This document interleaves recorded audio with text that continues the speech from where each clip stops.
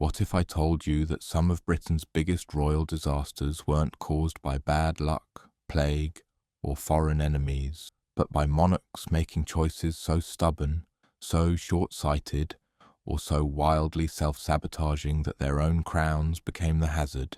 Tonight we're doing a slow, sleepy countdown. 25 rulers whose judgment on their worst days could turn a palace into a trapdoor. We're not diagnosing anyone, and we're not mocking the people who had to live with royal mistakes. We're simply measuring the most famously ill-judged decisions against the options they had at the time. If you like long, cozy history with a pinch of wicked irony, tap like, subscribe, and settle in. By the end, you'll notice patterns: pride, panic, favourites, debts, and that ancient royal belief that consequences are for other people.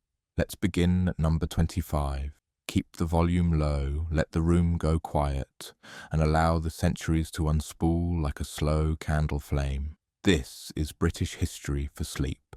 Rank 25. George II. To put George II on a stupidest list feels slightly unfair, like blaming a ship's figurehead for the storm. He reigned from 1727 to 1760, and much of the day-to-day steering happened through ministers, parliament, and the rising machinery of party politics. And yet, that's part of why he makes our list, right at the gentlest end. He's a perfect example of how a monarch can be not catastrophically incompetent and still make repeatedly unhelpful choices, especially when ego and old-world instinct collide with new-world constitutional reality. George II arrived with a complicated problem. Britain was no longer a kingdom where the king could simply decide something and expect obedient silence. The Hanoverian dynasty, still relatively new, needed stability and legitimacy. What George often wanted, however, was control, particularly control that served Hanover, his German electorate, as much as it served Britain. Historical records show that his continental priorities shaped his instincts in foreign policy, and that instinct could look to British eyes like a monarch treating the country as a wallet and an army for someone else's map. One of the sleepily ironic threads of his reign is how frequently George tried to pull on the old strings, and how often those strings now led to ministers who politely ignored him. He disliked Robert Walpole, the man many later described as Britain's first de facto prime minister. George grumbled, sulked, and periodically tried to wriggle out of Walpole's influence, only to discover that Parliament, patronage, and practical governance had formed a net underneath Walpole's feet. George could stamp and glare, but the system had begun to prefer stability over royal moods. And then there's war. Always war, like a drumbeat under the palace floors. George II's era included the War of Austrian Succession and Britain's expanding global conflict. He's famously the last British monarch to lead troops into battle in person, at Dettingen in 1743.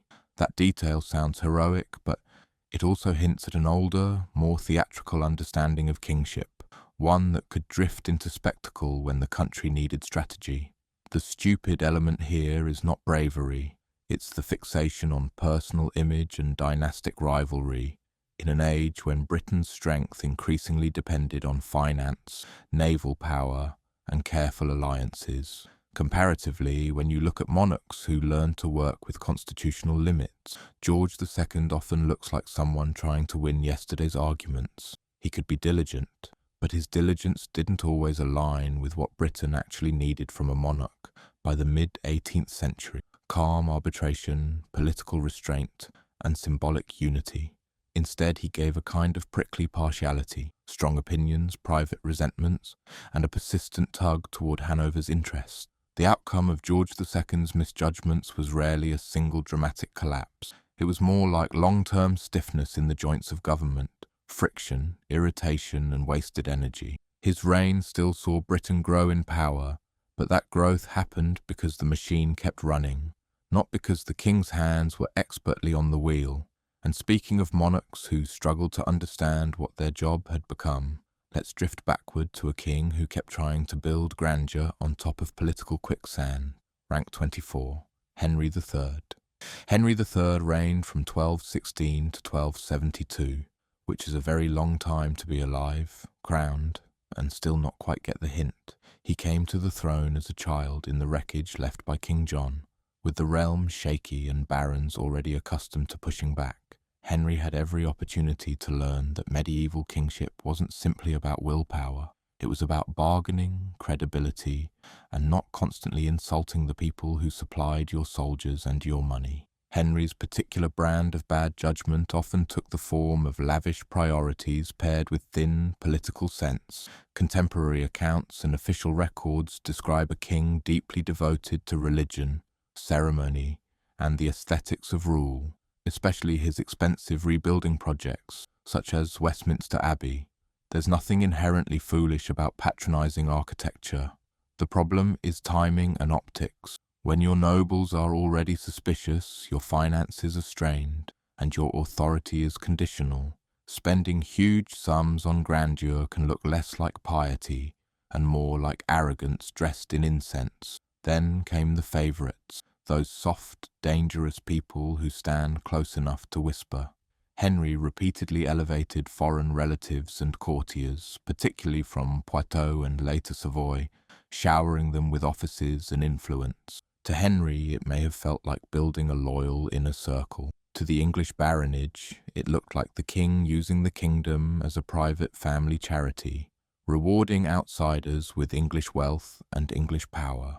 This wasn't just socially offensive, it was structurally destabilizing. It created a political class of resentments. His most glaring miscalculation was pushing the realm toward baronial revolt, again and again, until rebellion stopped being a shocking event and started to feel like a scheduled season.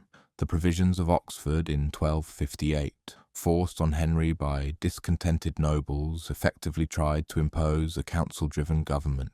Henry's response was not to learn the art of compromise, but to wriggle, resist, promise, revoke, and seek papal support to undo constraints. The pattern is familiar: a king agreeing under pressure, then treating the agreement as a temporary inconvenience rather than a binding reality. Comparatively, Henry looks especially ill-judged when you set him beside rulers who understood the barons as partners in a system, partners who could be managed through rewards, consultation, and occasional firmness. Henry, instead, often acted as though kingship should be immune to accountability, while simultaneously proving, through his actions, that he needed accountability more than most. The consequences culminated in the Second Barons' War, with Simon de Montfort emerging as a leading figure of opposition. Henry's authority was challenged, his son Edward became a decisive military force, and the kingdom lurched through civil conflict. Henry wasn't the only cause, but his chronic tone deafness was a steady drip that hollowed out trust. Henry III's legacy is complicated. He reigned long. He was not personally cruel in the way some kings were, and he helped shape England's religious and cultural landscape. But in our ranking metric, self-sabotaging judgment, he earns his place, a man who kept mistaking magnificence for legitimacy and loyalty for something you could buy without consequences. And from expensive building projects and dangerous favourites, we glide to a monarch who made favourites into a full-time national hobby. Rank 23. James. James VI of Scotland became James thus of England in 1603, inheriting the English crown after Elizabeth IV died childless. On paper, it looked like a neat solution: a grown, experienced king, already practiced in ruling, stepping into a wealthier kingdom. In practice, James brought a personality and a philosophy that collided with English political expectations, and he kept choosing the collision. James was clever in many ways, scholarly, verbally quick, fascinated by theology and governance. His problem wasn't raw intelligence, it was judgment, specifically the habit of saying the quiet part out loud and then being surprised when people reacted. He believed strongly in divine right monarchy, and he expressed it with an enthusiasm that made Parliament bristle. England, by the early 1600s, had a long tradition of negotiation between crown and political nation. James treated negotiation like an optional courtesy, as though mere explanation could substitute for consent. Then there was money, that slow poison. James arrived in England with financial habits formed in a poorer Scotland, and he discovered English wealth with the delight of someone handed the keys to a cellar. Royal spending rose, patronage spread, and debts deepened. Official financial records and parliamentary complaints show recurring tensions over subsidies, royal expenditure, and the Crown's attempts to raise revenue without parliamentary approval. This is where James's judgment really starts to look sleepy in the worst way. He wanted the pleasures and freedoms of kingship without the administrative discipline that made those freedoms sustainable. And yes, the favourites. James's court became notorious for intense royal relationships with handsome young men elevated to enormous influence. Some of those relationships were political, some personal, some both, and historians still debate the private detail. What's less disputed is the public effect. Rapid promotions, lavish gifts, and the perception that access to the king could be monetized through intimacy. In political terms, it made James look manipulable, and it made governance feel like gossip with a budget. Comparatively, James stands out because he inherited a relatively stable transition and still managed to inflame fears. The Gunpowder Plot of 1605, carried out by a small group of Catholic conspirators, deepened religious paranoia. James's response was a mix of pragmatism and pressure, but the broader atmosphere hardened. Meanwhile, his rhetoric about absolute monarchy kept irritating the very institution he needed to fund his government. His foreign policy also wandered into wishful thinking. James styled himself a peacemaker, preferring negotiation over war, which can be admirable. The foolish edge came when he assumed that dynastic marriages and personal diplomacy could tame Europe's tensions. His attempts to secure a Spanish match for his son Charles became a long, awkward episode of overconfidence and misreading. It's the classic mistake of believing your own charm can replace hard leverage. The outcome of James's reign was not immediate civil war that came under his son, but it laid kindling everywhere. Financial distrust, constitutional tension, and a court culture that looked indulgent and unserious all accumulated. James left behind a monarchy that had talked itself into a corner, insisting on divine authority while proving, through financial dependence, that it still needed Parliament. And speaking of leaving behind kindling, let's meet a monarch whose choices lit fires so hot they burned her reputation for centuries. Rank 22. Mary. Mary I reigned from 1553 to 1558, and she remains one of England's most debated queens. In any honest telling, her life contained genuine hardship. Declared illegitimate, separated from her mother, pressured over religion, and forced to navigate a dangerous Tudor court where survival often meant silence. But our ranking is not about sympathy, it's about the most damaging, ill-judged decisions made once power was in hand. Mary's core mission was clear: restore Catholicism after the Protestant reforms under her half-brother, Edward VI. In principle, a religious restoration was not automatically stupid in a 16th century context. The mistake was in the methods and the political reading of England. Mary underestimated how quickly religious identity had begun to fracture into permanent camps, and she overestimated how easily coercion could rewind belief.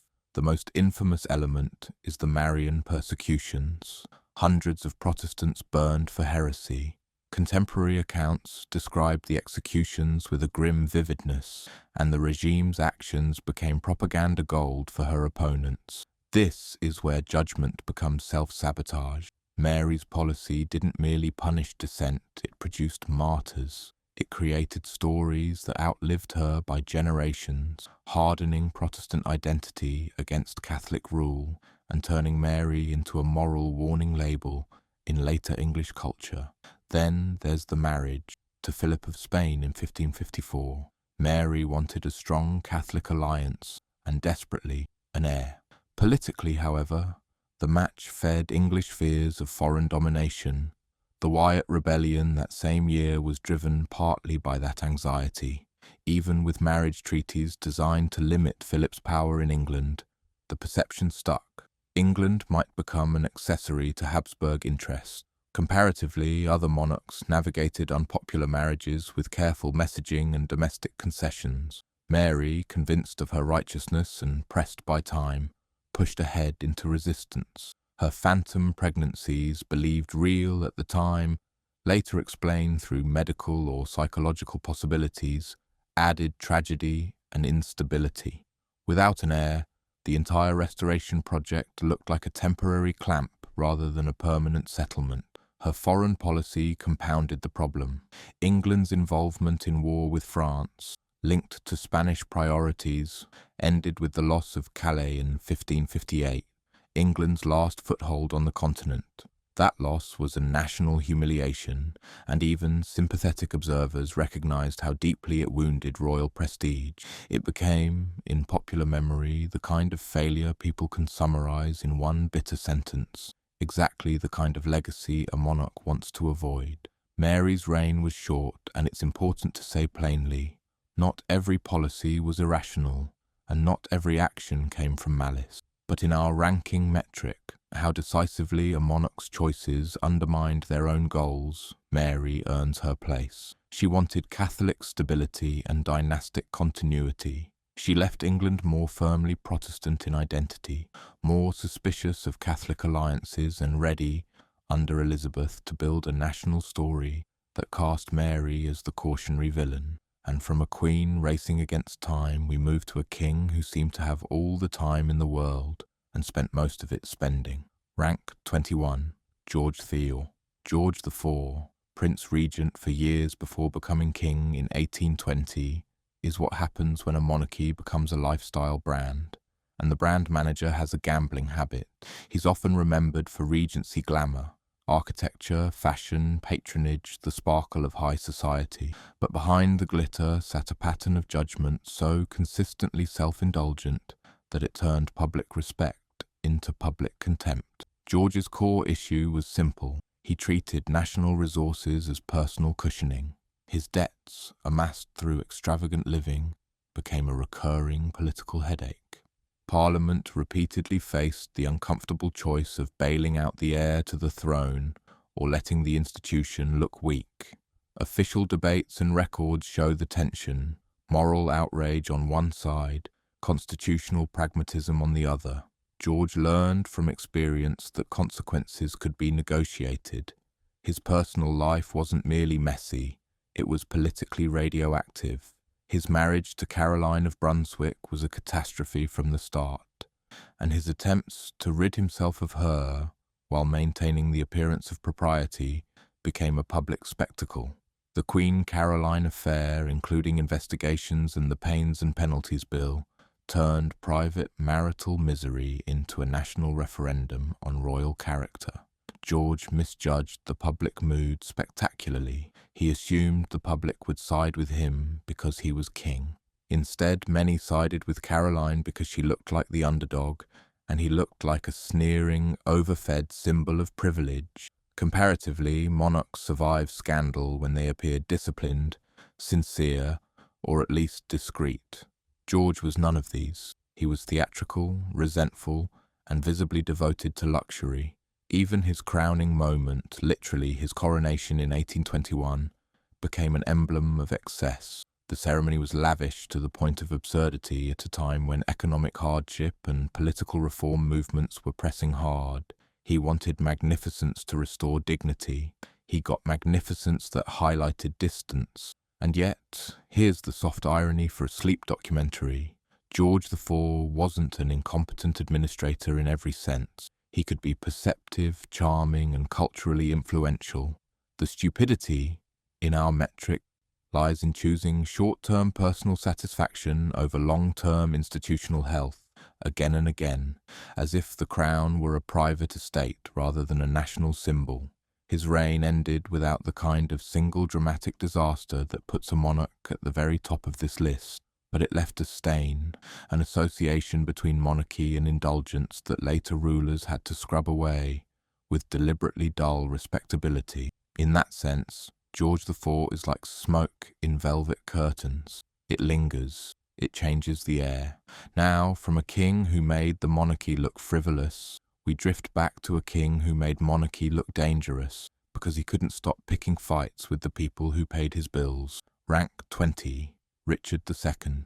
Richard II became king in 1377 at around 10 years old, inheriting a kingdom shaped by the Black Death's aftermath, labour unrest, and the long grinding pressure of war with France. He had reasons to be cautious. Instead, as he grew older, Richard developed a style of kingship that leaned heavily on personal authority, symbolic grandeur, and, fatally, revenge. His early reign is often framed around the Peasants' Revolt of 1381. Richard, still a teenager, met rebels and reportedly showed personal bravery in a crisis. It's tempting to see that moment as proof he had the right instincts. But crises can teach the wrong lesson. Richard may have internalized the idea that charisma and royal presence could override structural problems. He began to imagine himself as the center of the state in a near mystical way, and he grew increasingly hostile to any suggestion that nobles or councils could restrain him. The judgment failures pile up like quiet stone. Richard favoured certain courtiers, promoted them rapidly, and alienated powerful magnates who felt excluded. He clashed with the Lords Appellant, high nobles who, in 1387-1388, effectively seized control and executed or exiled Richard's allies during the merciless Parliament. Richard endured that humiliation and then remembered it. His later reign was shaped by the desire to make those who restrained him pay for it. Comparatively, a politically skilled monarch would have tried to rebuild trust, distribute favours carefully, and create a stable coalition.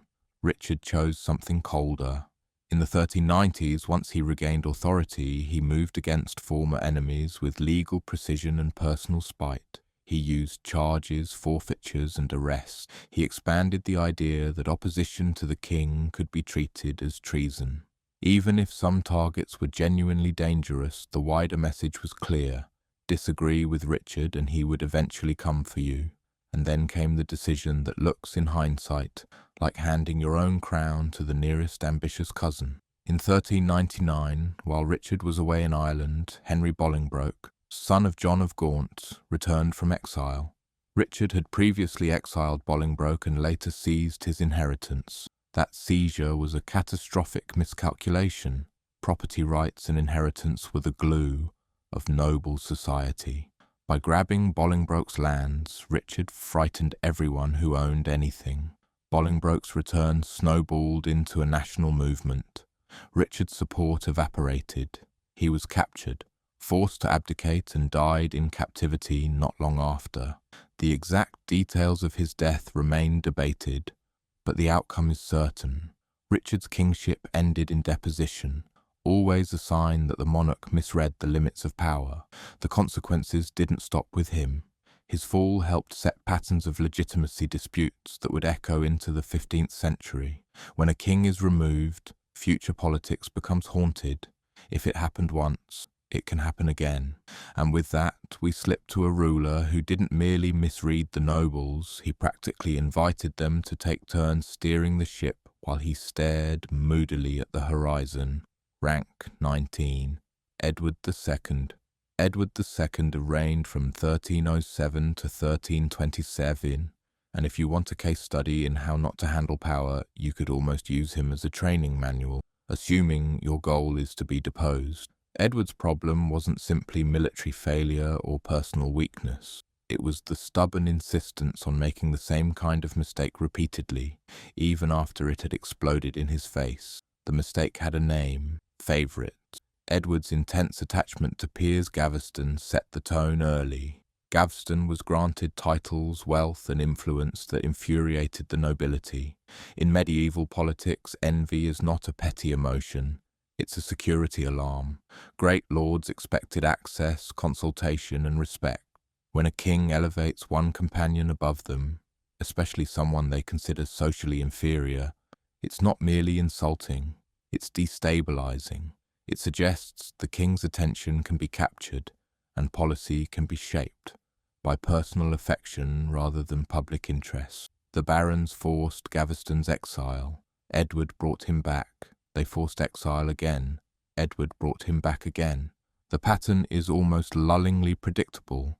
like a child touching a hot stove and insisting the stove is being unreasonable. In 1312, Gaveston was captured and executed by a group of nobles. Edward had lost his friend, and he had learned exactly the wrong lesson. Instead of building a broader coalition, he later attached himself to new favourites, most notoriously the Despensers. Meanwhile, Scotland was not a side quest. Under Robert the Bruce, Scottish resistance hardened into a capable, aggressive campaign. Edward's military leadership culminated in the Battle of Bannockburn in 1314, a major defeat that damaged English prestige and strengthened Scottish independence. It's important to say, battles can be lost for many reasons. But Edward's wider leadership, his inability to unify his nobles and command effective loyalty, made competent war-making harder. An army led by a king who is politically isolated is an army whose commanders may not fully commit. Comparatively, strong medieval kings balanced factions, married alliances, and distributed patronage with a kind of ruthless fairness. Edward seemed to choose the opposite. Narrow reliance on beloved individuals paired with resentment toward anyone who demanded limits. As baronial opposition grew, governance fractured. Famine in the 1310s and economic stress worsened the sense that the country was being mismanaged at the top. Then comes the sharpest irony. Edward was ultimately undone, not only by nobles, but by his own household. His queen, Isabella of France, and her ally Roger Mortimer invaded England in 1326. Support for Edward collapsed with astonishing speed. The Despensers were captured and executed with brutal theatricality. Edward was forced to abdicate in favour of his young son, Edward III. Edward II's death in captivity is surrounded by lurid stories, some famous, some likely embellished. What matters for our purposes is the political reality. He became one of the clearest examples of a monarch whose personal choices, whom to trust, whom to elevate, whom to ignore, can unravel a reign faster than any foreign enemy. And now, having watched a king lose his throne through favourites and defeat, we move to a monarch who managed to lose something almost as valuable, the trust of an entire nation in the idea that he could ever belong on it. Rank 18. James II, James VII of Scotland. James II came to the English throne in 1685 with a built-in warning label. He was openly Catholic in a kingdom where anti-Catholic fear had been baked into politics for generations. That alone didn't make his reign doomed. What makes him earn this rank is the way he handled the problem, as if stubbornness were a governing philosophy. James had options. Historical records show there were Catholic monarchs in Europe who practiced their faith privately while ruling in a way that reassured Protestant elites. James did the opposite. He pushed hard for religious toleration in a manner that looked, to his opponents, less like broad liberty and more like a Catholic restoration delivered by royal muscle. He used royal prerogative aggressively, attempted to suspend laws, and promoted Catholics to offices that had long been politically coded as Protestant territory. In isolation, each move could be framed as principle. In sequence, it looked like a king testing how far he could bend the constitution without it snapping. And then he performed the classic monarch mistake. He underestimated the power of perception. The declaration of indulgence and the prosecution of the 7 bishops after they petitioned against it turned James into a symbol of arbitrary rule. Even people who disliked religious persecution could still dislike a king acting as though he didn't need the political nation's consent. Comparatively, the fatal blunder is that James created a coalition against himself that included groups who normally hated each other. When the birth of a male heir in 1688 ended, hopes that the Catholic problem would simply time out, opposition hardened. William of Orange was invited in, James's support collapsed, and he fled, producing the Glorious Revolution, which permanently reshaped monarchy's limits. James's choices didn't just lose him a throne, they taught Britain's ruling class a lesson they never forgot. If a monarch pushes too far, removal is possible. And speaking of monarchs who treated warning signs as personal insults, let's move to a king who made bad idea feel like a national policy. Rank 17. John King. John reigned from 1199 to 1216, and his reputation is so consistently grim that even centuries of re-evaluation struggle to find him a comfortable chair. John wasn't incapable in every respect. He could be energetic, shrewd, and administratively active, but judgment is not the same as activity, and John's decisions repeatedly turned manageable problems into existential crises. The core metric here is self-inflicted political collapse. John lost the Angevin lands in France, including Normandy, in a sequence of failures that combined military weakness, diplomatic miscalculation, and an apparent inability to inspire loyal cooperation among his nobles. Military setbacks happen. What makes John stand out is that he responded by squeezing England harder, raising money through heavy taxation, fines, and feudal exactions that felt less like governance and more like extraction. Then there's the conflict with the Church. John's dispute with Pope Innocent III over the appointment of the Archbishop of Canterbury led to England being placed under interdict and John being excommunicated. You can almost hear the collective medieval groan. This is not the kind of powerful enemy you want when your legitimacy is already under strain. John eventually submitted, but the episode broadcast instability. Comparatively, other kings faced baronial discontent and negotiated from a position of dignity. John antagonized, threatened, and punished in ways that convinced powerful men their property and status were unsafe under him. The result was the baronial rebellion that forced Magna Carta in 1215. The document itself was a negotiated settlement, not a modern constitution, and it was quickly contested. But the moment is still devastating in symbolic terms, a king compelled to accept limits because his political credibility had been burned away by his own choices. John's endgame was almost tragically predictable. War, rebellion, French invasion invited by English rebels, and a kingdom wobbling on the brink. He died in 1216 with the country in chaos, leaving a child to inherit a damaged crown. And from a king who provoked limits, we slide to a king who refused limits until the refusal cost him his head. Rank 16. Charles. Charles reigned from 1625 to 1649, and his ranking is not about personal cruelty or stupidity in the sense of simple-mindedness. Charles could be cultured, devout, and sincere. His problem was a particular kind of judgment failure, the belief that being right was the same as being effective. From the beginning, Charles struggled with money and parliament. England's fiscal system required parliamentary cooperation for large-scale funding, especially in war. Charles, convinced of the dignity of kingship, treated parliamentary pushback as insolence rather than a constitutional reality. When Parliament resisted, he dissolved it. When he needed money, he turned to questionable revenue devices like forced loans and ship money, policies that may have had precedents, but which inflamed fears of arbitrary rule when used broadly. The biggest self-sabotage was the personal rule from 1629 to 1640, governing without Parliament for 11 years. In the short term, Charles gained freedom from argument. In the long term, he lost the habit of negotiation and hardened opposition into ideology.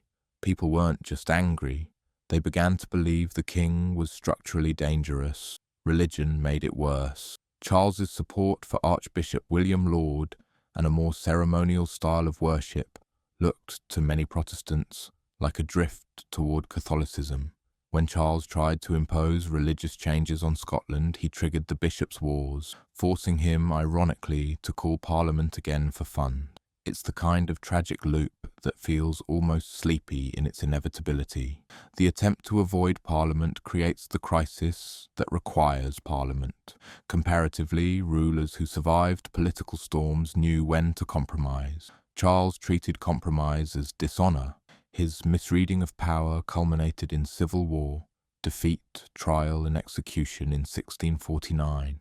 Even then, he reportedly framed himself as a martyr for principle, an interpretation that comforted supporters, but also underlined the fatal flaw. Principle without political sense is just a beautiful way to lose. And speaking of losing in slow motion, Let's move to a monarch whose reign wasn't a single bad decision, but a long inability to make any decision stick. Rank 15, Henry VI. Henry VI reigned in two phases, first from 1422 to 1461, then briefly restored from 1470 to 1471, and his life reads like a warning about what happens when a crown lands on someone unequipped to wear it. It's vital to be humane here. Henry's struggles were likely shaped by profound mental health crises, and we're not mocking illness. Our metric is still judgment and outcomes, and Henry's reign produced outcomes so catastrophic that even sympathy can't erase the political reality. Henry inherited the throne as an infant during the last intense phase of the 100 Years' War. England's position in France was fragile, dependent on strong leadership, military success, and careful alliances. Henry grew into a king more suited to piety than power, gentle, devout, and often passive. That temperament might have been admirable in a quieter age. In his, it invited factional warfare at court. The deep problem was not a single foolish policy, but chronic inability to control favourites, mediate disputes, and present a firm centre.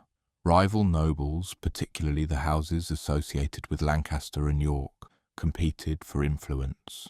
When Henry's mental collapse struck in the 1450s, governance effectively fell into the hands of competing power blocks. Even before that collapse, his decisions in France were disastrous. The loss of key territories, including Normandy and Gascony, shattered English prestige and drained finances. Comparatively, monarchs who survive noble rivalry, distribute power, punish overreach, and keep the aristocracy too busy competing for royal favour to openly fight.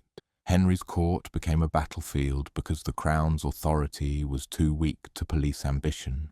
The result was the Wars of the Roses, civil conflict that tore through England's political class. Henry's end, captured, deposed, briefly restored, then dead in custody, feels less like a reign and more like a crown being passed around, while the king himself remained a symbol rather than a driver. And speaking of symbols that couldn't steer the ship, we now reach a monarch who barely reigned at all, yet managed to trigger a constitutional earthquake with breathtaking speed. Rank 14, Edward VIII. Edward VIII reigned in 1936 for less than a year, and in pure time served, he's almost a footnote. In impact, he's a thunderclap. His place on this list is earned through the sheer scale of misjudgment, taking the throne in a modern constitutional monarchy and acting as though personal desire would automatically outrank political reality. Edward wanted to marry Wallis Simpson, an American divorcee with 2 living ex-husbands. The personal story is simple. The constitutional and political context was not. The monarch was supreme governor of the Church of England, and at the time the Church did not permit remarriage after divorce while a former spouse was still alive. Beyond church rules, there were deep anxieties about legitimacy, public morality, and the monarchy's role as a stabilizing symbol in an era shadowed by economic depression and rising European authoritarianism. Edward's judgment failure wasn't falling in love. It was the belief that he could bend the entire system around his will. Contemporary political realities made that nearly impossible without a major crisis. Edward pushed anyway, exploring options that alarmed ministers and unsettled the dominions. Instead of quietly choosing either duty or abdication early, he allowed the situation to escalate into a public constitutional showdown. Comparatively, monarchs who survived scandal managed timing, messaging, and compromise. Edward did the opposite. He created maximum drama while holding minimal leverage. The result was abdication, the accession of his brother George VI, and a monarchy forced to rebuild trust under the pressure of looming war. There's also the lingering unease about Edward's political instincts and associations in later years, an area where historians continue to debate emphasis and interpretation. Even without that, the abdication alone demonstrates the central point: a king who misread the nature of kingship so completely that he chose personal satisfaction over the institution's stability, then acted surprised that the institution did not yield. And speaking of monarchs who treated the crown like a personal entitlement rather than a national structure, let's drift to an earlier age where entitlement could trigger bloodshed in the streets. Rank 13. Stephen reigned from 1135 to 1154, and his reign is often remembered as the Anarchy, which is not the kind of branding you want attached to your leadership. Stephen's story is, at heart, a tale of one critical judgment call, taking the throne despite an existing succession plan, and then failing to secure it decisively. When Henry VIII died, he had tried to establish his daughter Matilda as his heir. The situation was complicated by gender, baronial politics, and the realities of medieval power. Stephen moved fast, seized the crown, and gained initial support.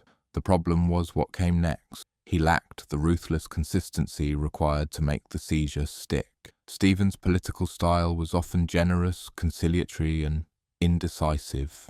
Those traits can be virtues. In a disputed succession, they are gasoline on an open flame.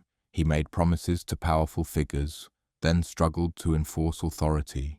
He captured Matilda at one point, then mishandled the aftermath. He was captured himself and released. The conflict seesawed, not because the era demanded it, but because Stephen could not create a stable settlement. Comparatively, a successful usurper either crushes opposition quickly or builds an overwhelming coalition through rewards and fear. Stephen did neither consistently. Barons built private castles, exercised local power, and behaved as if central authority were optional.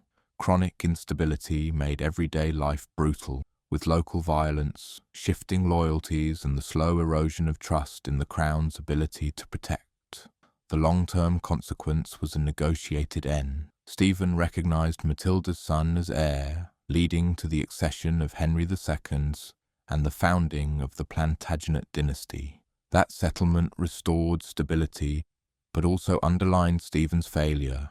He had fought for the crown, endured years of war, and ultimately accepted a succession that bypassed his direct line.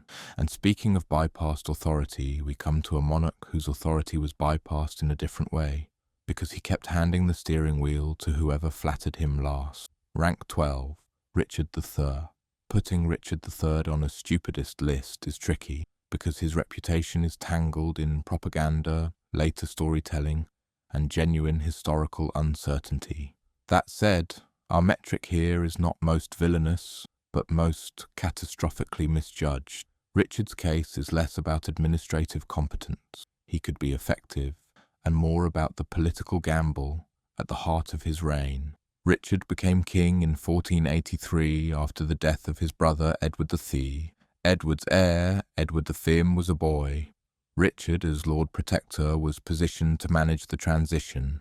The pivot, the moment that decides his ranking, was the choice to take the crown for himself. This required declaring Edward IV's children illegitimate, and it placed Richard directly against the natural dynastic expectation of continuity. The fate of the princes in the Tower, Edward V and his brother Richard, remains disputed in precise detail, and historians continue to argue about responsibility and timing. But from a political perspective, the mere disappearance of the princes created a cloud that Richard never escaped. In monarchy, perception is often more lethal than proof. Richard's judgment failure was underestimating how corrosive that cloud would be. Comparatively, a regent who wants stability keeps the heir visible, protected, and publicly honoured, because the heir is legitimacy. By shifting the story to justify his own kingship, Richard turned legitimacy into an argument, and arguments invite challenges. Henry Tudor, with a weaker claim, suddenly looked like a plausible alternative, because Richard's claim had become controversial. Richard's reign was short, ending at Bosworth in 1485, where he was killed in battle. Whatever his talents, his central gamble did not pay off. He may have believed speed and legal declarations could overwrite suspicion. Instead, suspicion became the wind that filled an enemy's sails. And speaking of enemies' sails filling fast, we now move toward monarchs whose decisions didn't just invite challengers, they practically mailed invitations embossed with royal wax. Rank 11. George III. George III is one of those monarchs who proves that hard-working and good judgment are not the same thing. He reigned from 1760 to 1820, and the headline outcome, losing the American colonies, has a habit of swallowing everything else. But the ranking here isn't who had the worst luck. It's about decisions that repeatedly narrowed options until the only choices left were ugly. George's greatest weakness was his relationship with power, in a system that no longer ran on royal insistence alone. Official correspondence and parliamentary records from the period show recurring friction around ministries, patronage, and the king's preference for influence behind the scene. When policy disputes arose, especially over the American crisis, George's instincts leaned toward firmness and moral certainty. He treated colonial resistance less as a political negotiation and more as a test of authority that had to be won decisively.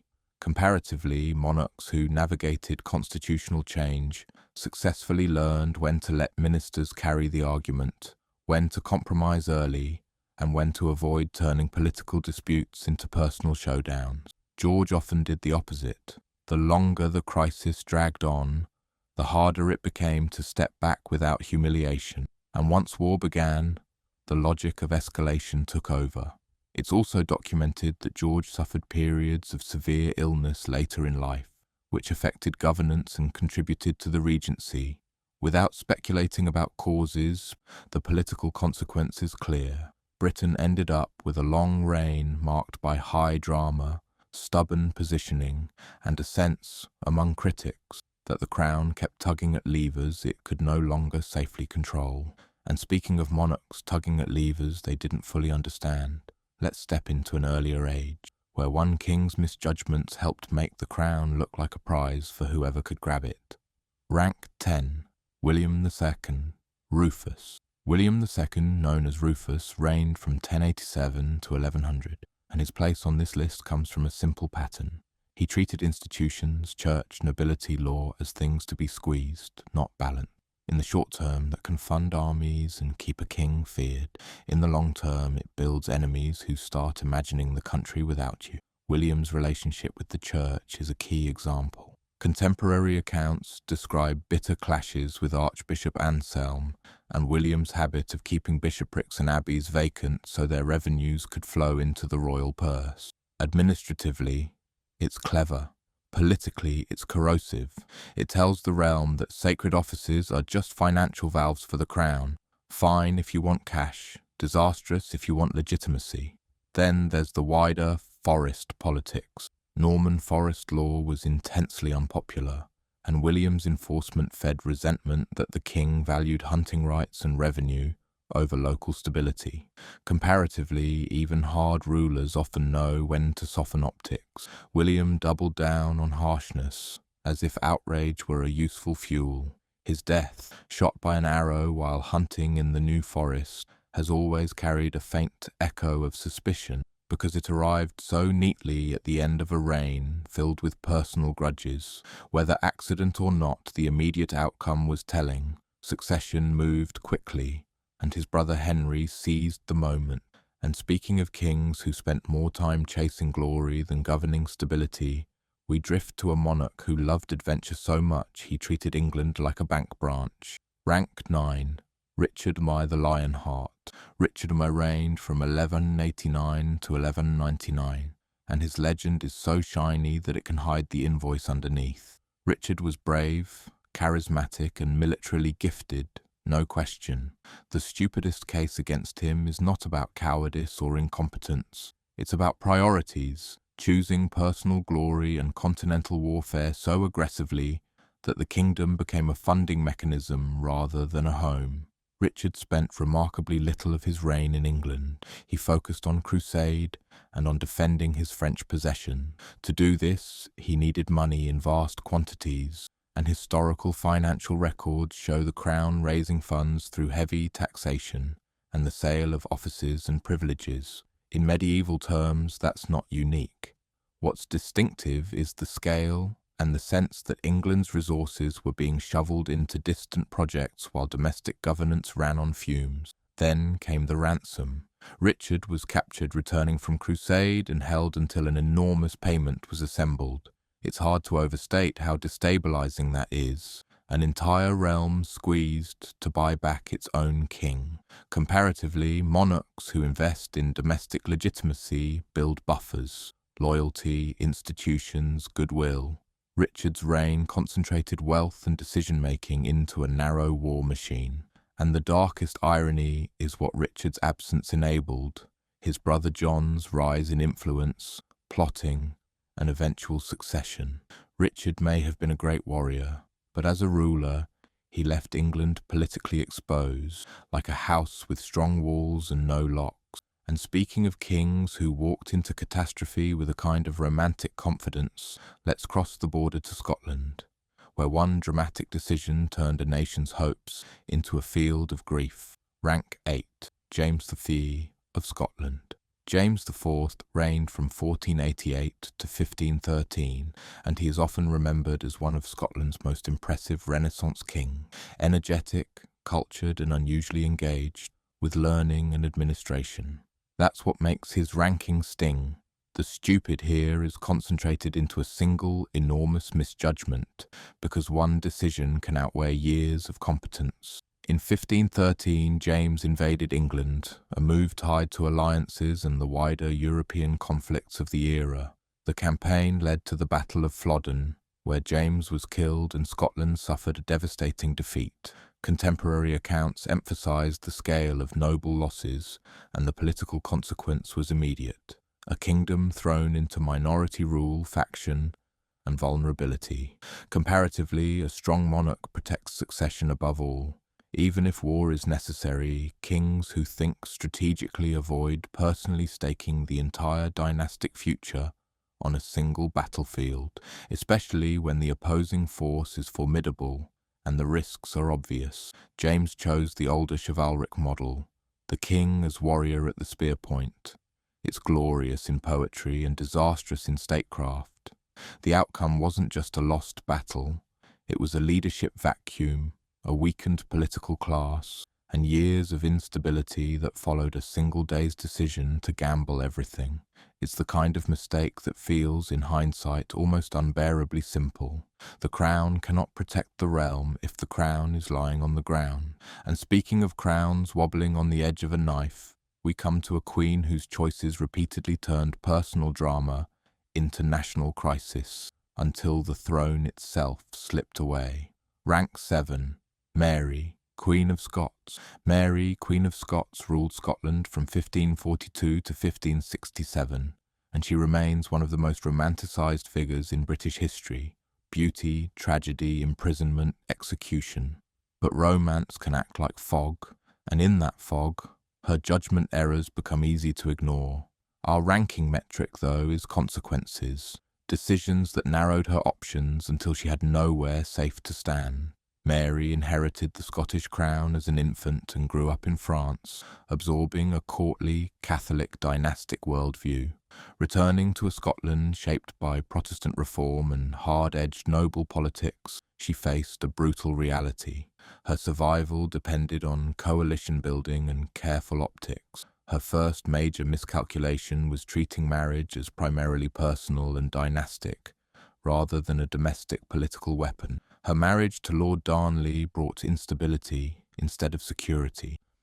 Darnley proved volatile, ambitious, and entangled in factional violence. The murder of Mary's secretary David Rizzio in 1566, carried out in her presence by conspirators linked to Darnley, exposed how dangerously weak her court control had become. Then came Darnley's own death in 1567 under suspicious circumstances, followed by Mary's marriage to the Earl of Bothwell, a move widely viewed as catastrophic. Whether Mary acted freely, under pressure, or under manipulation remains debated in parts, but the political effect was unmistakable. Scotland's nobles felt licensed to treat her as unfit to rule. Comparatively, successful monarchs in fragile conditions avoid giving opponents moral and political ammunition. Mary handed them ammunition by the barrel. The consequence was forced abdication, imprisonment, escape, and finally her flight into England. where seeking refuge from Elizabeth became the last misjudgment that sealed her fate. And speaking of fate, sealed by a signature and a succession plan, we now reach a young king whose solution to a religious problem created a dynastic mess in Fast Forward. Rank 6. Edward VI. Edward VI reigned from 1547 to 1553, and because he died young, much of his reign was governed through regents and councils. That's exactly why his ranking focuses on one pivotal act near the end, the attempt to control succession through the device for the succession, steering the crown away from his Catholic half-sister Mary. On the surface, the logic is understandable. Edward was Protestant, the political class around him feared a Catholic reversal, and England had only recently been dragged through religious upheaval. But the judgment failure was believing that a fragile, legally and politically contested succession change could be imposed cleanly, especially when the alternative heirs had strong dynastic legitimacy and widespread recognition.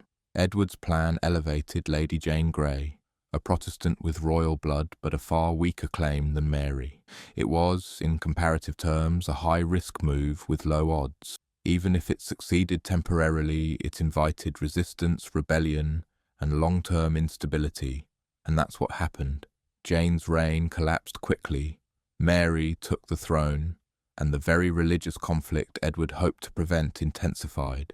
The outcome is a kind of cruel historical irony. Edward's attempt to lock England into Protestant succession helped trigger a crisis that brought Mary to power with heightened determination, and with a sharper sense that she needed to act decisively to secure her own settlement. And now, as we enter the top 5, we shift into monarchs whose mistakes didn't just shake their reigns, they redirected the course of the islands for generations. Rank 5. Edward the Confessor. Edward the Confessor reigned from 1042 to 1066, and his ranking comes down to one enormous slow-motion failure: succession management. Edward wasn't a cartoon fool. He could be pious, careful, and, at least at times, conscientious. But monarchy is not a private spiritual retreat. It's a machine that needs an heir, a coalition, and a plan that survives your last breath. Edward spent years balancing powerful English earls, especially the Godwin family, while also maintaining deep ties to Normandy, where he'd spent much of his earlier life. That alone could have been workable. The judgment failure was letting those two worlds overlap without pinning down the one thing that mattered most. Who comes next, and how do you make that transition boring? Historical records show Edward made gestures toward different possible successors over time. The problem with gestures is that they're soft. They don't hold back ambitious men with armed followings. When Edward died without a clear, universally accepted heir, England became a stage with multiple claimants and no off-switch. Harold Godwinson took the crown. William of Normandy claimed he'd been promised it. Harold Hardrada of Norway saw opportunity. Within months, England was fighting for its own future on fields that still echo in the national imagination. Comparatively, other rulers in fragile systems either produce heirs, designate successors early, or build such a dominant coalition that no one dares contest the plan. Edward did none of those with sufficient force. He left the realm with a question mark where a signature should have been. The outcome, of course, was 1066. In the strict judgment and consequences metric, that's hard to beat. You can be personally virtuous and still be politically disastrous. And speaking of rulers who misunderstood how quickly a court can become a trap, we're now in the top 4, where the mistakes stop being private flaws and start becoming national weather. Rank 4. James III of Scotland. James III of Scotland reigned from 1460 to 1488, and he earns this high ranking for a particularly lethal blend of misjudgments, alienating the political class, mismanaging perception, and treating noble resentment like background noise until it turned into a blade. James became king as a child. So early, governance ran through regents and competing factions. That kind of beginning can either teach a monarch caution or teach them paranoia. James grew into a ruler whose taste for favourites, especially men viewed by the nobility as socially inappropriate power brokers, created a constant sense of insult and exclusion.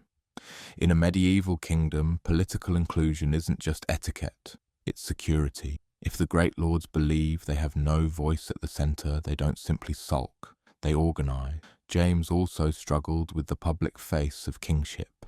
He was interested in art, architecture, and a more courtly style of rule, again, not inherently foolish. The foolishness comes when you pursue refinement while your kingdom expects martial leadership and visible strength. Scotland's nobility wanted a king who looked like a war leader and a judge. James often looked like a man trying to outgrow the culture that kept him on the throne.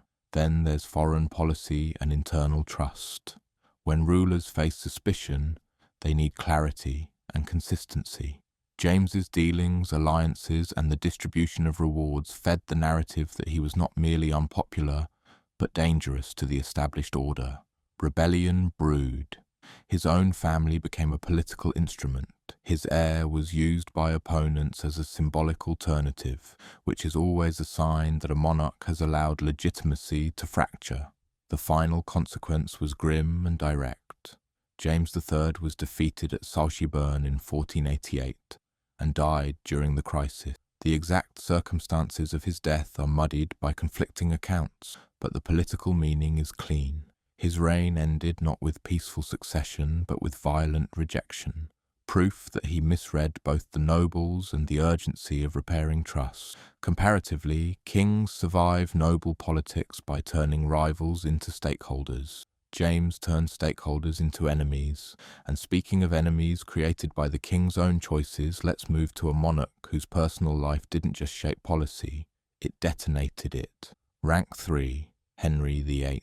Henry VIII reigned from 1509 to 1547, and if you only measure by energy, charisma, and sheer force of will, you might assume he belongs near the bottom of a stupidest list. But our metric is not personality, it's outcomes relative to options.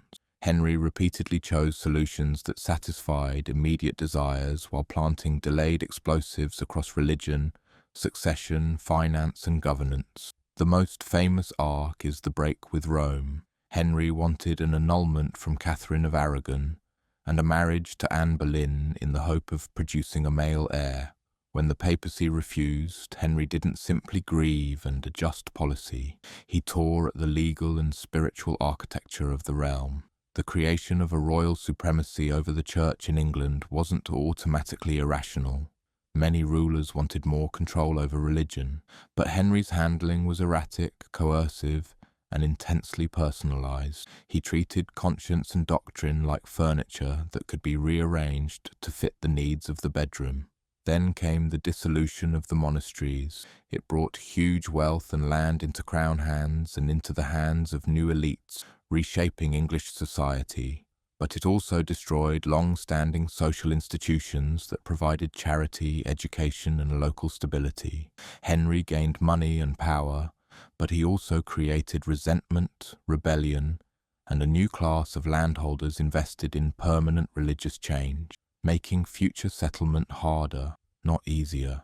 Comparatively, the smartest monarchs facing religious upheaval move slowly, build consensus, and avoid turning theology into personal vendetta.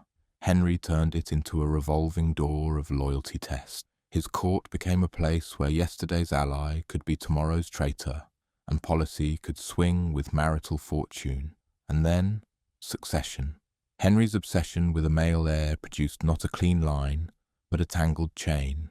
Edward VI, Mary the Wen, Elizabeth III, and the enduring scars of legitimacy disputes. He did get a son, but he also created the conditions that made each transition dangerous. Add in expensive wars, aggressive spending, and currency debasement, and you get a reign that looks powerful in the moment and destabilizing in the long run.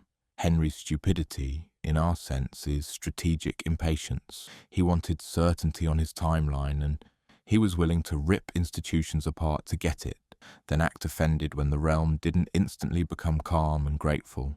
And speaking of rulers who misjudged the limits of their leverage, we arrive at a king who lost something even more basic than stability. Rank 2. John Balliol of Scotland. John Balliol reigned as King of Scots from 1292 to 1296, and he is one of those monarchs history often remembers with a shrug, precisely because the consequences of his misjudgments were so large that later stories prefer more dramatic heroes and villains. Balliol's core failure was not wickedness, it was weakness paired with terrible positioning. He accepted a crown in a context where sovereignty itself was on trial, and he handled that trial like a man hoping the courtroom would forget he was there. Balliol became king through a process that invited England's Edward I to act as arbitrator in Scotland's succession dispute. Arbitration sounds neutral until you remember that Edward VIII was a powerful, ambitious monarch with a clear appetite for dominance. Balliol's judgment failure was allowing his kingship to be framed as conditional, tied to English oversight, without building a solid internal coalition capable of resisting that pressure. Once crowned, Balliol faced impossible choices: submit to Edward the White and look like a puppet, or resist and risk war with a far stronger neighbour. The tragedy is that he tried to do both at different times, and inconsistency is fatal in sovereignty politics. When Scotland allied with France against England, Edward treated it as rebellion. The English invaded, Balliol was defeated, and he was forced to abdicate, publicly humiliated in a way that turned him into a symbol of Scottish weakness. Comparatively, a monarch in Balliol's position would need either ruthless defiance backed by unified nobles, or careful submission paired with long-term preparation to reclaim autonomy. Balliol's reign was too short and too fractured for either strategy to mature. He became a king who embodied uncertainty, and uncertainty invites conquest. The consequences rippled outward. Balliol's deposition and the English occupation helped ignite the Scottish Wars of Independence, a conflict that shaped Scottish identity for generations. Balliol didn't cause English ambition, but his inability to manage the crisis made the breach wider and faster. And now we reach the final name, number 1, where bad judgment becomes a steady habit, not a single mistake. Rank 1, Æthelred II, the Unready.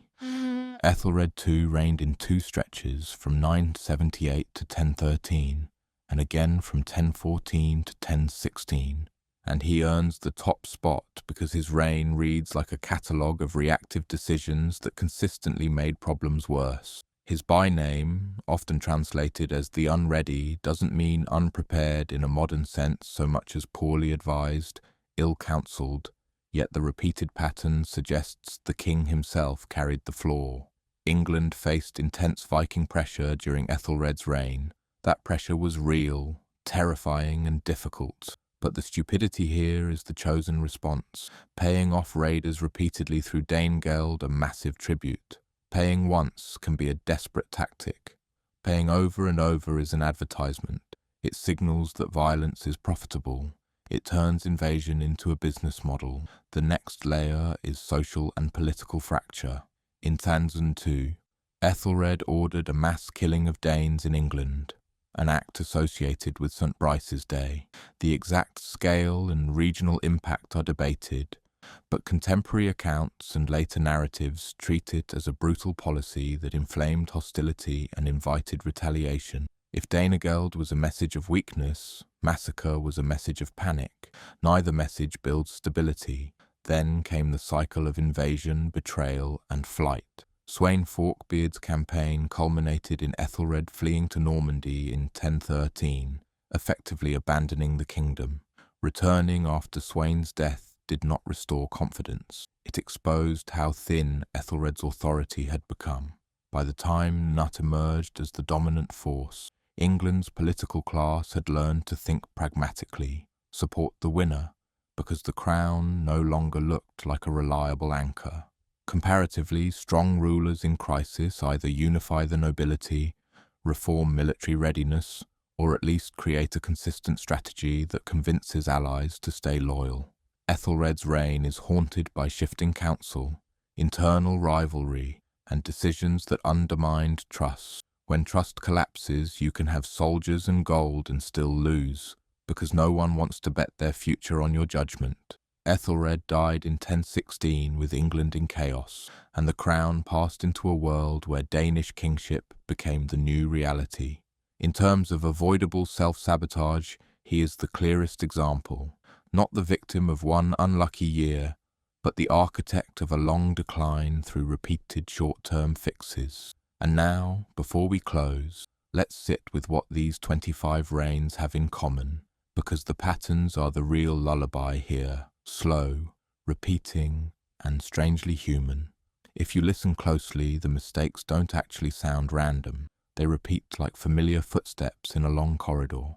A monarch panics, reaches for an easy lever, and pulls too hard. Another surrounds himself with favourites and confuses affection with competence. Another treats the realm's money like personal insulation, and the public eventually notices the chill. Another assumes legitimacy is automatic, forgetting that legitimacy is really a story everyone has to agree to keep telling. Across centuries, the stupid decisions are rarely the dramatic ones alone. They're the decisions that narrow the future, paying tribute until raiders expect it, punishing rivals until everyone fears the law is just revenge in costume, treating parliament, nobles, or the church like obstacles instead of partners, then acting shocked when those obstacles become an alternative government.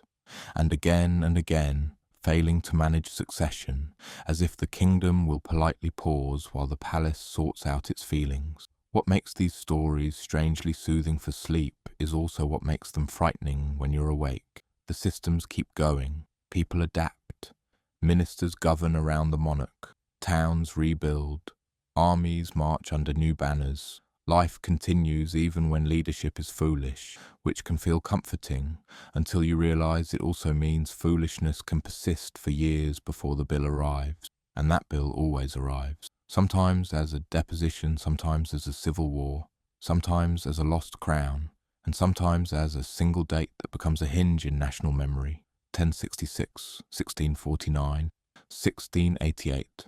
If you're still here, breathing slowly in the dark, let the final thought be gentle. History isn't only a gallery of disasters, it's also a record of resilience, of ordinary people and stubborn institutions carrying the day when the crown couldn't. If you'd like another long, quiet journey through British history's hidden corners, leave a comment with the next topic you want, and keep the room dim. The centuries will still be there tomorrow, waiting like a closed book on a bedside table.